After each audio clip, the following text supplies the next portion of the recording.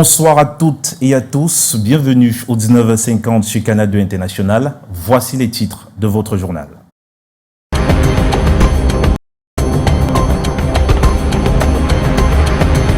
Haute tension à la chefferie traditionnelle de Niom 2 dans l'arrondissement de Yaoundé 1er. Partie de la population en colère s'oppose à la désignation de nouveaux chefs qu'elle qualifie d'illégitime. Comme argument évoqué, la lignée de celui-ci. Et puis encore, les contestataires disent ne pas avoir été associés aux consultations préalables pilotées par l'autorité administrative. 19h50 emportés dans le vent de la discorde.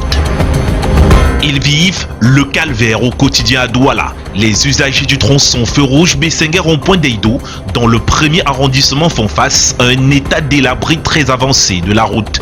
Des nids de poules, un bitume sérieusement endommagé et des tracés inexistants. La situation sur ce tronçon met en mal la circulation, causant parfois des accidents et des dégâts humains et matériels importants.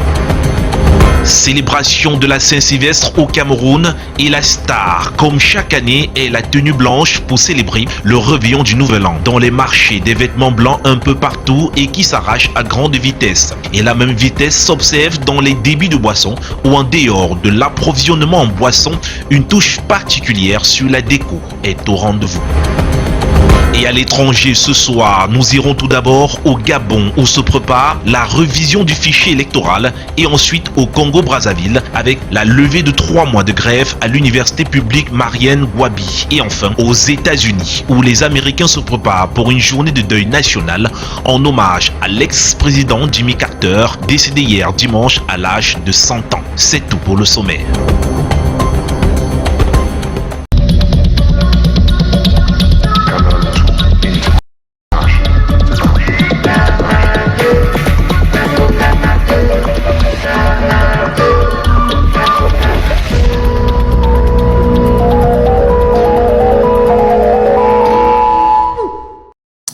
Merci de regarder le 19h50 sur Canal 2 International. Je vous le disais en titre, controverse autour de l'installation de nouveaux chefs de 3e degré dans la localité de Niom 2, dans l'arrondissement de Yaoundé 1er, région du centre, après avoir été notifié de cette désignation et de la création d'une nouvelle chefferie. Les autochtones expriment leur courroux et crient à l'imposture. Ils disent ne pas avoir été associés à la procédure et décrient un processus vicié en contradiction avec le décret portant organisation des chefferies traditionnelles au Cameroun. De son côté, le nouveau chef parle d'un groupe de marginaux qui veulent évoquer, du moins ce groupe qui veut tout simplement évoluer en marge des prescriptions des représentants de l'État. Les précisions avec Janice Kamga et Jean-Bernard Tagnon. Donc, monsieur Nomo ne peut pas être installé. Palabre sous haute tension ici à la chefferie traditionnelle de Niom 2, dans l'arrondissement de Yaoundé 1er. Au menu de ce conclave matinal, la désignation d'un nouveau chef qui devrait régner sur un nouveau territoire, spécialement taillé à sa mesure pour le poste. On a été surpris d'apprendre que Niom 2 est déjà divisé. Il y a déjà un Niom 3 à travers un certain Nomo Jocha, dont mon grand frère. Moi-même, je ne suis pas au courant. Autour du chef et de ses notables, une centaine d'autochtones tirent la sonnette d'alarme afin de faire barrage au nouveau chef qualifié d'illégitime. Sur le fond, le nommé Joachim Nomo est honni par les siens. Argument évoqué, la lignée, l'hérédité. Sur la forme, les riverains disent ne pas avoir été associés aux consultations préalables effectuées par l'autorité administrative. J'ai été surpris comme tout le monde d'apprendre qu'il a été nommé chef de bloc dans ma circonscription.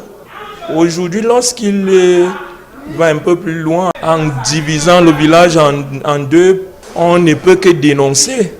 De son côté, le chef nommé brandit les documents qui font de la légalité de sa désignation. Je ne sais pas sur quelle base donc il conteste.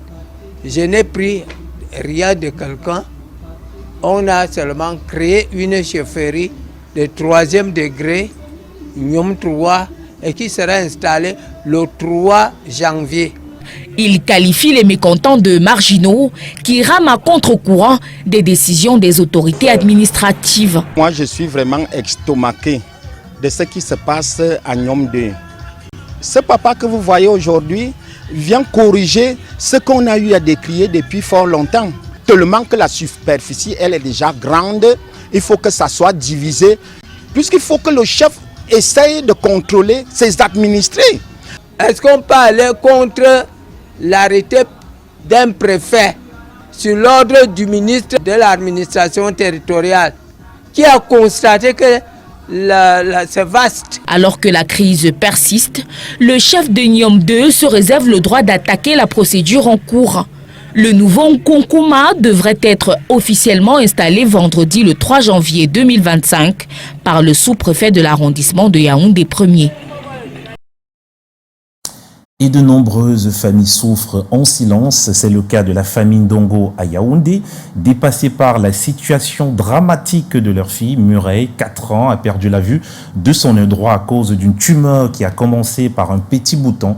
Désespérés et sans ressources, ses parents se sont rendus dans les locaux de Canal 2 International ce 30 décembre 2024 dans l'espoir de trouver une solution pour sauver leur enfant. Delphine Fonkoutene et Raoul Ngoufo.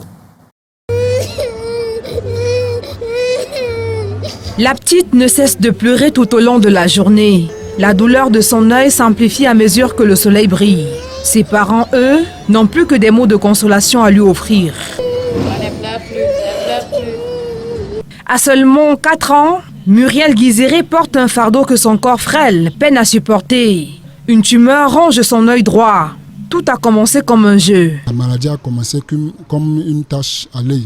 Après les grattes, le lendemain, je vois un bouton qui sort sur l'œil. Cela fait déjà 1 an et demi que Zéphirin cultivateur et Damaris ménagère sillonnent les formations sanitaires à la recherche de solutions pour leurs enfants. Je suis partie à l'hôpital, ça, chez Mokolo. Le tumeur toujours. J'ai rendez-vous le 6 et le 6 on nous dit qu'il faut l'argent pour l'opérer. Et je n'ai pas les moyens pour sauver la fille à mon enfant. Ces jeunes parents de 5 enfants disent avoir déjà tout donné pour le rétablissement de leur progéniture. Tout ce que j'avais sur moi comme pour situer la vie d'un homme, j'ai tout vendu pour pouvoir sauver la vie de cet enfant. Désespérés, ils se sont rendus ce matin à la représentation de Canal 2 International à Yaoundé afin de crier à l'aide. Ça m'a dépassé, je suis ici devant vous que, pardon, si vous pouvez m'aider avec cet enfant-là, qu'il puisse avoir la santé, que mes frères et sœurs, aidez-moi pour cet enfant-là. La nuit, je ne dors pas pour cet enfant-là. Sur le chemin de la guérison de la petite Muriel, ses parents ont besoin de soutien spirituel. C'est de la même manière que ce problème est venu en une journée. C'est qu'en une journée, de manière extraordinaire, que ce problème disparaisse au nom puissant de Jésus Nazareth. Mais surtout de moyens financiers pour permettre à leur fille de subir une opération et d'être enfin déchargée de cette boule qui s'est imposée au point d'arracher son œil droit. Entre-temps, à Douala, les usagers du tronçon feu rouge Bessenguer, rond-point d'Eido, dans le 1er arrondissement, vivent le calvaire en cette veille de fin d'année 2024. Ils sont pris entre panne, embouteillages et accidents de la circulation. L'état délabré de la route impacte négativement leur quotidien. Écoutons leurs cris dans ce reportage signé Siri Kwakam et Maous Kwesou. Parmi les malchanceux de ce 30 décembre, ce tricycle, toute sa cargaison de glaçons, a fini sa course au milieu de la chaussée. À l'origine, le mauvais état de la route. Nous sommes au feu rouge Bessenguer à Douala. Il y a un monsieur qui a garé à côté de nous. On a voulu passer, il n'y avait pas moyen de passer. On a voulu faufiler. On a patienté qu'il retire sa moto. En blanc traversé, il y a un trou là. Elle est renversée et on ne pouvait plus rien faire. Ici au rond-point, le bitume se dégrade. Mais curieusement, personne ne bouge le petit doigt. L'état de la route est très délabré. Ça fatigue le chauffeur toute la journée. Ici au feu rouge, ça ne donne pas. Regardez les creux sur la route. Ça nous foire les motos. Tous les jours, nous sommes au garage. Et aussi, ça nous casse le corps. Tous les jours, on a mal au rein. Parce qu'on a les creux, les cassis. Tous les jours, c'est pas bon. Partant de 3 boutiques au rond-point d'Eido, ça roule, mais à pédale douce. La situation est similaire entre l'hôtel Le Watt et Avenue Voyage. À chaque traversée à ces endroits, les usagers gardent un goût amer. Il faut aménager. C'est très compliqué la route là. C'est gênant, ça casse les véhicules. Moi, je suis cuisinier. Vous voyez, je parle les livrer. Les repas souvent se versent dans le véhicule à cause de la route. Ce n'est pas seulement ici, c'est un peu partout dans la ville. C'est un peu partout dans la ville. Donc, nous, on attend seulement si le gouvernement peut faire quelque chose pour que 2025, qui commence là demain, on ait aussi des bonnes routes. Ces trous aux allures de plaie font plus de mal que de bien. Pour un mieux-être en 2025, les populations appellent à leur réhabilitation. Une note d'actualité dans ce 19h50, le directeur général des élections au Cameroun informe les citoyens camerounais, les partis politiques et l'administration que les listes électorales nationales sont disponibles pour consultation auprès des antennes communales d'Election Cameroun et des points focaux de l'ECAM dans les représentations diplomatiques et post-consulaires du Cameroun à l'étranger. Les statistiques définitives de la révision des listes électorales 2024 font état d'un total de 7 845 622 électeurs contre environ 7 385 000 en 2023, soit une augmentation de près de 460 000 électeurs. Poursuivons ce journal cette fois-ci pour parler de la bonne année.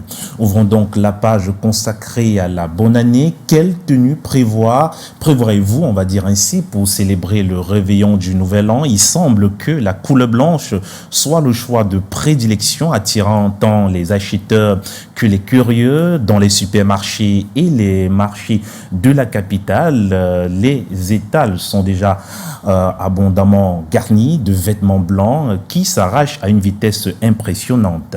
Un reportage signé Lesline Poumecha et Aritinda. C'est en toute vivacité qu'un vendeur interpelle les passants intéressés par des vêtements blancs. Ce lundi 30 décembre, au marché central de Douala. Le blanc maintenant se passe partout. Tu vois les blancs partout, tu passes au marché, tu vois les robes blanches, les chaussures blancs. D'autres achètent souvent pour demain, le 31, pour aller à l'église, dire merci à Dieu. C'est vêtu de blanc que Lydie apporte le marché de Douala, à la recherche de la tenue idéale pour célébrer la Saint-Sylvestre. Ce sera bien en blanc pour débuter la nouvelle année dans toute la pureté. Porter du blanc la nuit du 31 décembre est désormais une tradition bien ancrée pour certains. Comme c'est une nouvelle année, il doit être en blanc ce jour-là. Je fais ça chaque fois. Dans les rayons des boutiques de Douala, les vêtements blancs envahissent les étals. Cette commerçante a déballé son stock de vêtements blancs dès le 28 décembre. Le vêtement blanc est plus sollicité parce que ça amène une autre vigueur pour la traversée de la fin d'année. Et beaucoup de gens en fait, ont opté pour le blanc. Tout le monde veut fêter en blanc. C'est pour ça que nous avons changé le blanc pour la vitrine. Que ce soit la chaussure, que ce soit un top, que ce soit un t-shirt, que ce soit tout, il doit y avoir un petit détail du chic là-dedans. Il est symbolique de commencer la nouvelle année sur une page vierge, d'où l'engouement pour cette couleur immaculée. Le blanc, c'est une tenue un peu sacrée. Alors, ce qui fait que bon, nous les vendeurs de blanc, nous les vendons beaucoup plus en fin d'année. Des vêtements blancs ornés de perles, de plumes et de paillettes pour illuminer la nuit de la Saint-Sylvestre. Dans les lounges, bars, caves et snacks de Douala, l'heure est au ravitaillement et au réajustement avant la Saint-Sylvestre pour accueillir leur clientèle. Ces débits de boissons et lieux de réjouissance s'approvisionnent au maximum. Pour l'occasion, ils peaufinent également leurs atrains. Déco, sono et lumière sont retouchés. On voit cela dans ce reportage de Titi Freeman et Aritinda. Des frigos chargés, des comptoirs achalandés, la Saint-Sylvestre se prépare au mieux dans les débits de boissons de la ville de Douala. Pour l'ultime célébration de l'année, ils ont fait le plan de produits brassicoles et de liqueurs. C'est bien qu'on attend le dernier approvisionnement pour demain le 31. Qui est la dernière journée où on va combler le stock de produits. Mais on prenait au fur et à mesure et on peut vous dire que contrairement à 2023, fin d'année 2023, cette année on a quand même, il y a eu amélioration. On a quand même des produits présents sur le terrain. Les consommateurs ne vont pas se plaindre des goûts. on est quand même certain, dans mon point de vente, je peux le dire. Les stocks sont en train d'être réapprovisionnés au fur et à mesure. D'ici 18 heures, je pense que nous serons déjà fin prêts pour les fêtes de la Saint-Sylvestre. Un ravitaillement spécial qu'ils espèrent bénéfique pendant les 2 jours de fête à venir. Pour la fête de demain, j'ai augmenté mon ravitaillement. Tel que je vois les choses, ça va dépasser Noël. En dehors de l'approvisionnement en boissons, une touche de neuf est également apportée aux différents cadres et espaces de célébration. Les ingénieurs sont en train de mettre tout en œuvre. Parce que nous sortons quand même d'un assez long week-end, le 24-25 et le week-end qui a suivi. Il fallait réviser tout le matériel en termes de froid et climatisation. Et on essaye un peu de relifter un peu le coin, de mettre un peu de peinture, de mettre aussi un peu de guirlandes, de lumière et tout ça pour égayer le client. Des dispositions de grand jour pour le confort de la clientèle pendant les réjouissances du Nouvel An. Le réveillon du Nouvel An approche à grands pas et la jeunesse de Bafoussam se prépare à célébrer le passage à l'année 2025 avec enthousiasme. Les festivités prennent des formes diverses et variées. Elles témoignent d'ailleurs de la richesse culturelle et des aspirations de cette génération. Michel Solution Foucault nous propose un aperçu de ces préparatifs. Tandis que l'année 2024 touche à sa fin, les jeunes de Bafoussam s'organisent pour accueillir la nouvelle année de manière festive et mémorable. Chacun, selon ses préférences, conçoit des célébrations uniques. Pour certains, la soirée du réveillon est synonyme de danse et de musique. Les boîtes de nuit se préparent à accueillir une foule en quête d'ambiance festive et de divertissement. Devant ça, pour avoir 1300, ça va, ça 60. Et c'est pour utiliser le 31 le premier, pour gaspiller avec les amis et la famille. Nous allons nous retrouver autour d'un pot, essayer d'échanger, voir comment pour fixer encore les nouvelles bases pour l'année qui suit. D'autres préfèrent perpétuer les traditions familiales en célébrant le nouvel an en cercle intime. Ces moments de partage renforcent les liens familiaux et créent des souvenirs inoubliables. Moi je reste à Yaoundé, donc je suis venu ici à Bafoussam, fêtant famille avec la grand-mère, mes frères, mes soeurs et mes cousins. Moi je vais aller fêter le premier avec mon père, mes frères et mes soeurs. Dans une perspective plus spirituelle, certains jeunes choisissent de célébrer le passage de la nouvelle année dans un cadre religieux. Que ce soit à l'église ou à la mosquée, ces célébrations sont l'occasion de rendre grâce pour l'année écoulée et formuler des vœux pour l'avenir. Je suis chrétienne et la traversée me trouve toujours à l'église 5 heures. Et dès que je rentre à la maison, je cuisine avec la famille et 12h, 14h, on fête ensemble le 1er janvier. Quand je finis l'année en prière, c'est-à-dire à l'église, donc passer le 31 à l'église pour remercier le Seigneur pour l'année qu'il nous a accordée. Enfin, de nombreux jeunes optent pour des célébrations plus personnalisées, organisant des repas conviviaux, des sorties entre amis ou des activités de loisirs. L'objectif reste le même, célébrer le nouvel an avec joie et optimisme. Et dans la suite 19h50, on va s'intéresser cette fois-ci à vos vœux, on va le dire ainsi. Si cela vous a échappé, après-demain, nous serons le 1er janvier 2025, à quelques heures du passage à la nouvelle année. Certains habitants de la ville de Yaoundé que nous avons rencontrés ce 30 décembre 2024 ont décidé de faire leur bilan de 2024. Eh bien, certains, on va dire que pour certains, cette année a été assez difficile. Par contre, pour d'autres, eh bien, il y a eu des projets qui ont été réalisés. On voit cela dans ce reportage que signent Joël Diom 3 et Michel Foucault. Ce 30 décembre, dans les rues de Yaoundé, l'heure était déjà au bilan. 2024 pour ces habitants de la ville aux 7 collines n'a pas été favorable. L'année 2024 n'était pas facile pour moi, c'était un peu difficile. Le bilan est seulement négatif, puisque sur tous les plans, rien n'a marché. Je n'ai rien réalisé. Tout a été négatif pour moi. C'était très médiocre pour moi, oui, parce qu'il y avait trop de maladies. Si la santé a fait faux bond aux uns, d'aucuns en ont été gratifiés. Il y avait la santé qui est plus importante pour moi. Malgré les difficultés, certains ont pu réaliser leurs projets. J'ai un champ de bananeraies. En fin d'année 2023, j'avais prévu d'acheter le congélateur. Cette année, je l'ai fait. il y a quelque chose. À chacun ses objectifs. Pour ceux qui n'ont pas pu réaliser leur projet ou réaliser partiellement, ils entrevoient 2025 l'esprit confiant et conquérant. Ça n'a pas marché cette année, ça va marcher en 2025. Je dois construire une maison qui a un projet. Projet de construction et lancement d'agriculture. Et réaliser un restaurant parce que j'ai appris à cuisiner cette année. Actuellement dans la famille, les projets de santé et le bonheur. Moi, il s'annonce que l'année sera très rude. Moi, je veux rester positif. Rester positif tout en travaillant dur pour atteindre ses objectifs. Une combinaison qui pourrait s'avérer payante en 2025. Le Cameroun renforce sa prévention contre les catastrophes naturelles en 2025 pour se prémunir des inondations, glissements de terrain et autres désastres. Le pays mise sur la prévention dans les zones à risque. C'est l'une des prévisions clés de l'Observatoire national sur les changements climatiques, rendu public ce 30 décembre 2024 à Yaoundé.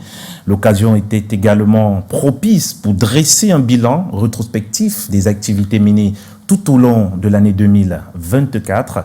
Nos reporters Karim Zatachouya et Constant Kamgar se penchent sur les détails dans cet élément. L'année 2024 a été marquée par des catastrophes naturelles au Cameroun, notamment des inondations dans la partie septentrionale du pays. L'Observatoire national sur les changements climatiques avait pourtant envoyé des signaux pour prévenir ces fléaux.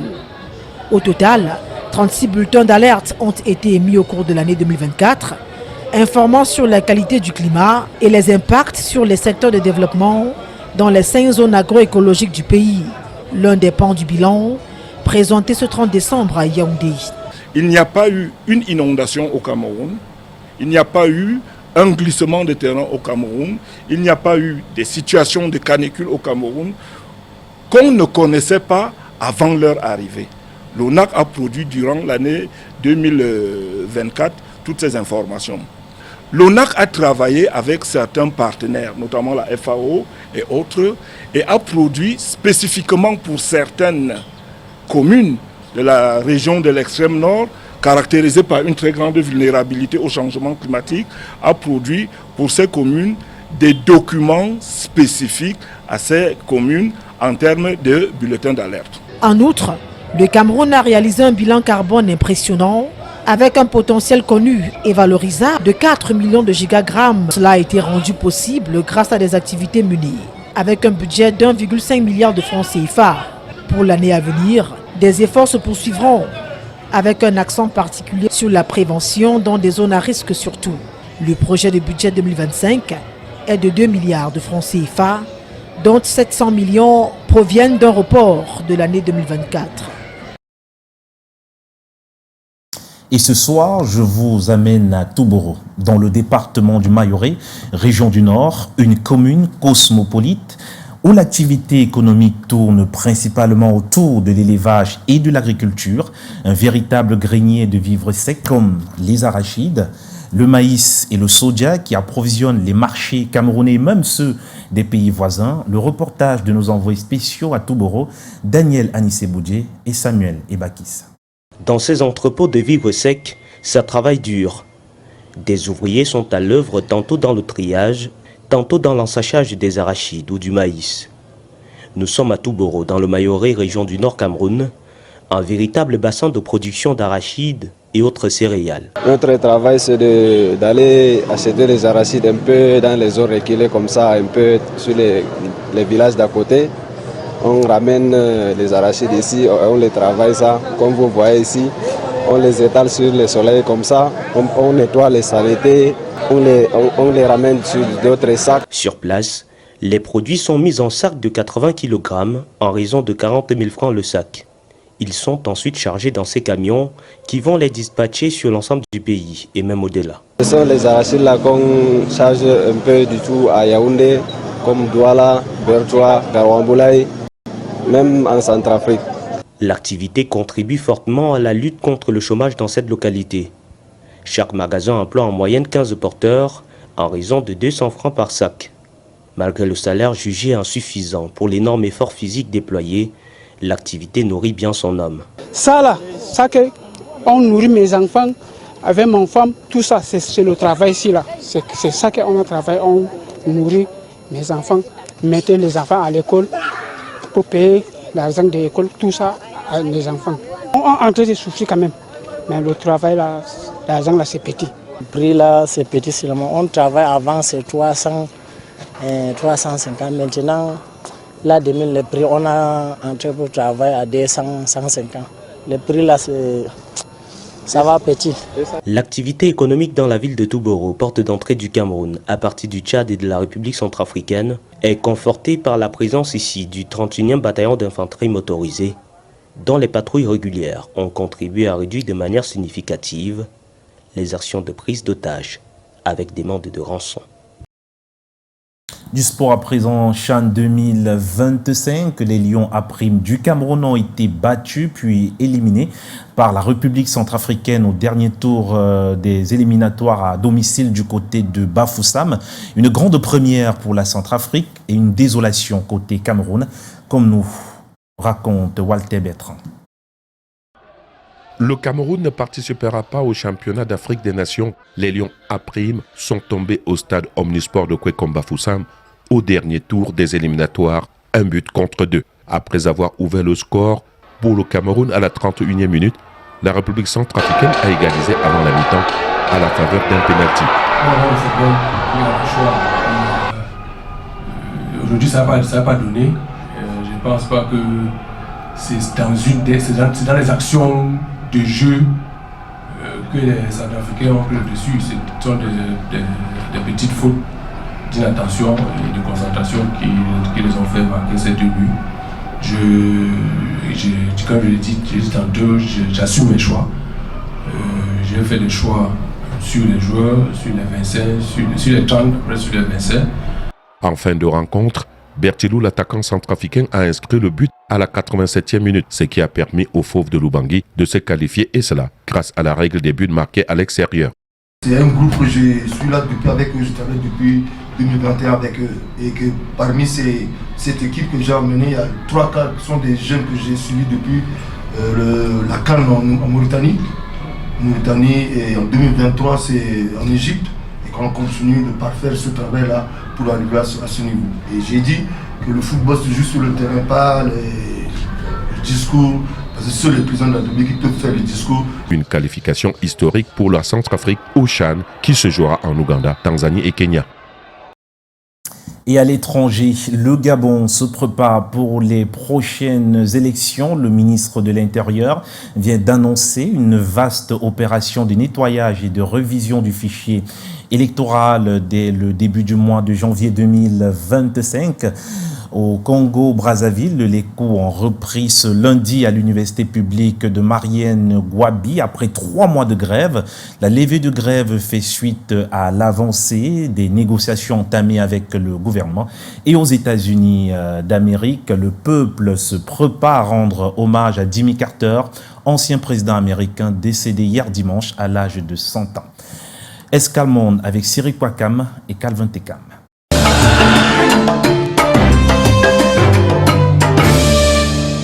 Bientôt, la fin de la transition au Gabon enclenchée au lendemain du coup d'État du 31 août 2023 porté par Brice Clotaire Olingi Nguema.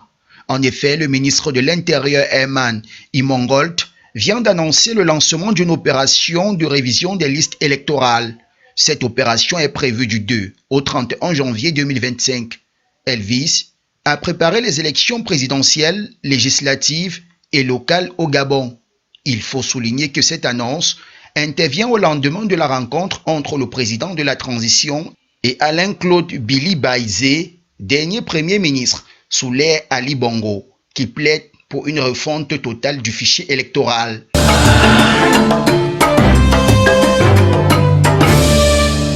Après 3 ans de grève, l'université Marienne-Gouabi au Congo-Brazzaville ouvre ses portes ce lundi 30 décembre aux enseignants et étudiants.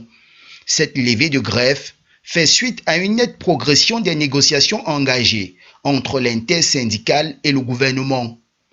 En effet, un relevé de conclusion a été signé entre les deux parties Le gouvernement s'engage à payer 2 mois de salaire sur les 4 réclamés ainsi que le reste des heures non payées en 2021 et 2022. La grève s'était déclenchée le 27 septembre 2024 en raison du non-paiement de salaire et de la nécessité de signer un nouveau protocole d'accord, entre autres.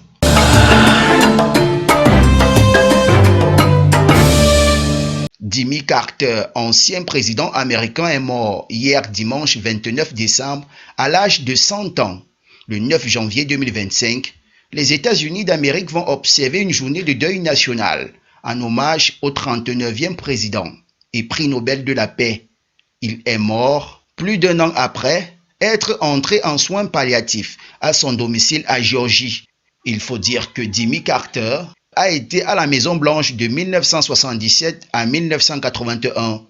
Il a marqué le monde en tant que fervent défenseur des droits humains et de la démocratie et par son rôle joué dans la signature des accords de Camp David entre l'Égypte et Israël.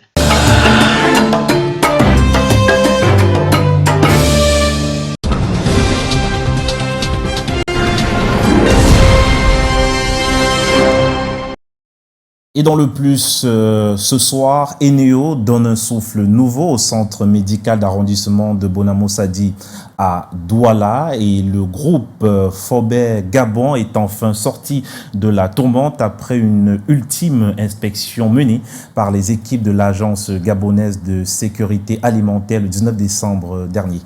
Le plus de l'info.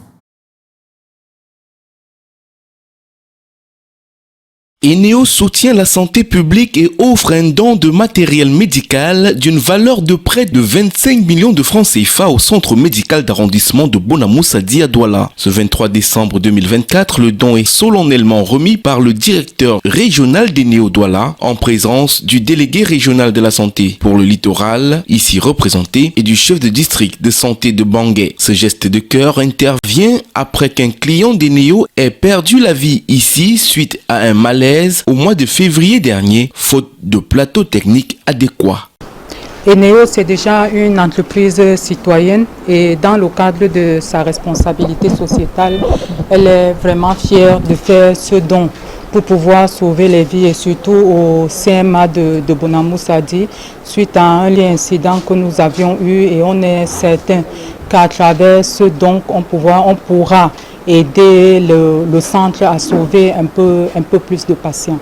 Le don est constitué d'un défibrillateur, de 2 concentreurs d'oxygène, d'un respirateur d'anesthésie, de 5 bonbonnes d'oxygène et de 5 lits de consultation. Un ensemble de matériel de réanimation qui va profiter à plus de 45 000 âmes du côté de Douala 5e. Nous ne pouvons que dire que ce don arrive à point nommé. Parce que comme vous l'avez vu, c'est un matériel de pointe, de dernière technologie en ce qui concerne la réanimation cardiovasculaire. Donc ce dont vient non seulement rehausser le plateau technique de notre centre, mais aussi forcément la qualité de prise en charge des patients qui fréquentent cette structure. Le bloc opératoire du CMA de Bonamoussadi est désormais au top grâce à l'entreprise citoyenne Eneo et fait le bonheur des riverains. Il faut dire que la RSE fait partie intégrante des valeurs fondamentales d'Eneo qui ne lésine pas sur les moyens pour améliorer les conditions de vie des populations à travers le pays. Vous avez déjà essayé de nettoyer vos écrans avec un chiffon ordinaire, mais le résultat est décevant. Découvrez le pouvoir de Magic Sponge. Après son passage, les écrans brillent sans laisser aucune trace. Cette éponge de nettoyage moléculaire à l'eau est parfaite pour l'entretien de toute nature. Pour l'utilisation de manière optimale, il suffit de suivre 3 étapes simples. Avant la première utilisation, frottez l'éponge avec de l'eau pendant 3 secondes pour éliminer l'agent antibactérien.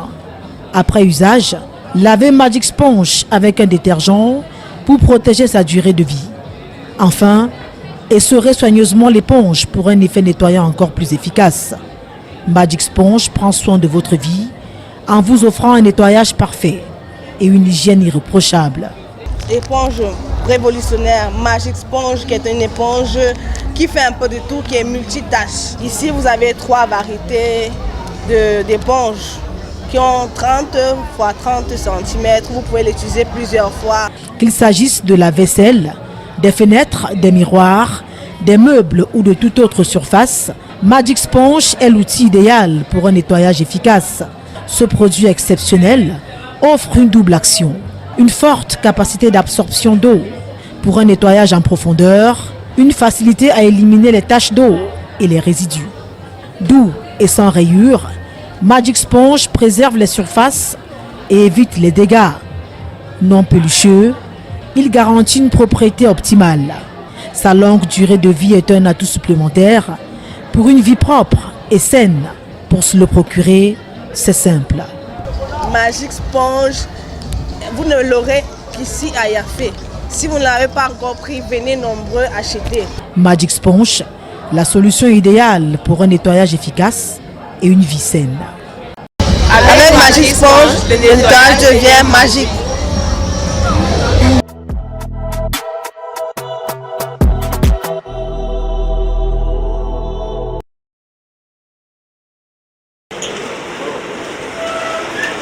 Action de délivrance pour une affaire dite Faubert à tout vent. Nous sommes le 19 décembre 2024. Les responsables de l'entreprise, ceux de l'agence gabonaise de sécurité alimentaire à Gaza et des agents de services spéciaux, ensemble pour cette opération de levée de scellés, ici sur le site d'Ovendo à Libreville. Ça tombe comme le verdict de l'inspection administrative ouverte après la fermeture forcée le 4 décembre dernier. Lors du communiqué de la Gaza sur la fermeture, nous avons fait des précisions et nous avons suspendu la vente de certains produits, comme par exemple le Coca-Cola ou, comme je l'ai précisé tantôt, il nous manquait des éléments techniques qui n'avaient pas été fournis par l'opérateur. Désormais levé, ce voile polémique autour de 1001 infractions collées à Faubert par la Gaza et trop grossi par les médias. Ils comprennent pourtant très peu le fond du problème et surtout le jargon technique y afférent. Parce que lorsque nous, on parle en jargon technique pour dire une DLUO, pour la population, on dit le produit est périmé. Et donc ça va dans tous les sens et surtout pour les médias qui, avec l'amplification, qui va crescendo, a tendance à, on va dire, créer la psychose et dénaturer un peu l'image de l'opérateur économique. De la base au sommet, l'information passée en résumé est claire au moment d'apposer les scellés. Cette opération a permis de constater non seulement la présence des produits alimentaires avariés, impropres à la consommation et exposés à la vente. Jusque l'Assemblée nationale, les langues se délient. Faubert Gabon a fait consommer aux populations gabonaises des produits dont la date limite à la consommation était largement dépassée. La psychose embrase l'opinion. Faubert falsifierait-il des étiquettes et commercialiserait donc des produits alimentaires avariés? Impossible selon les responsables de Faubert. Nous avons un process très rigoureux au niveau du contrôle. Nous avons des collaborateurs qui sont 6 mois avant, nous donnent l'état des produits qui pourraient se périmer dans les 6 prochains mois, de manière régulière. Tous les jours ne font que ça. Et il y a des réunions conjointes entre ces équipes, l'équipe commerciale, pour savoir qu'est-ce qu'il faut mettre sur pied comme action.